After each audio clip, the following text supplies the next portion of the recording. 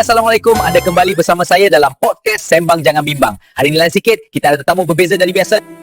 Beliau dikenali sebagai jantan. Apa khabar jantan?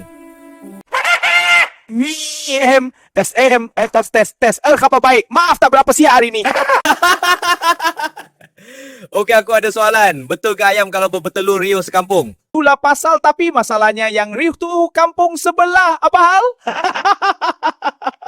Ya, tak ya juga. Apa kampung sebelah yang nak bising, kampung sendiri relate je. Ini ada satu hal lagi antara ayam dengan telur, siapa yang keluar dulu? Telur dulu ke atau ayam dulu? Pening ah? Pasal mana dulu tu susah kena faham. Dan nama ayam telur, kerja dia bertelur je lah. Bukan salah aku. Borang dah tahu kan siapa keluar dulu. Sebenarnya tak ada salah si ayam atau telur. Yang penting harga terkawal. Baiklah jantan, terima kasih kerana sudi bersama saya hari ini. Sama-sama. Itu sahaja untuk hari ini. Kita jumpa lagi dalam Sembang Jangan Bimbang. Bye-bye. Belanja kokok sikit jantan. Pasal mana dulu tu susah kena faham. Dan nama ayam telur, kerja dia bertelur je lah. Bukan salah aku.